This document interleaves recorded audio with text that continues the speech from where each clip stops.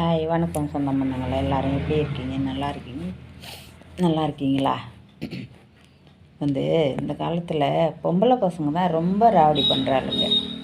நான் ஆம்பளை பசங்க கூட அடங்கி போனால் கூட இந்த பொம்பளை பசங்க தான் ரொம்ப ராவடி பண்ணுறாளுங்க. ரொம்ப நாசம் பண்ணுறாளுங்க. அவனுங்க பேசாமல் போனால் கூட அவனுங்கள சீண்டி பார்க்குறாளுங்க போயிட்டு.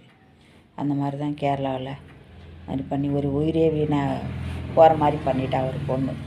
அவளாம் என்ன பண்ண போகிறாளோ, எதிர்காலம் அவளுக்கு வீணாக போன மாதிரி ஆகிப்போச்சு. இல்லை, அவள் வாழ்க்கையை வீணாக போச்சு. இல்லை, இப்போ பஸ்ஸில் 4 பேர் போகிறோன்னா மேலே கை போடும் கால் போடும் தான்.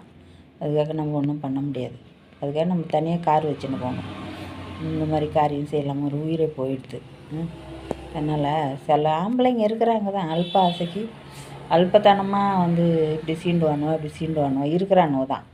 ஆனால் எல்லா ஆம்பளைங்களும் அந்த மாதிரி கிடையாது. அது மாதிரி இப்போ காலம் கெட்ட மாதிரி பொம்பளைங்க தான் ரொம்ப மோசம் பண்ணுறாளுங்க. சிவனேன்னு போனால் கூட இவனுங்களா போய் அவனுங்கள வற்புறுத்துறாங்க. ரொம்ப நாடு கெட்டு போச்சு. அதனால் நின்று சொல்கிறது என்னென்னா, இந்த பொம்பளை பசங்க அடக்கமே கிடையாது. அப்போல்லாம் ஆம்பளை பசங்க அடங்காத இருந்தானுவ. இப்போ ஆம்பளை பசங்க அடங்கிட்டானுவ. பொம்பளை பசங்க ரொம்ப மோசம் பண்ணுறானுங்க. என்னவோ நாடு ரொம்ப கெட்டு போச்சு. என்ன பண்ண போகிறாங்களோ அந்த நாடு என்ன ஆக போதோ தெரியல.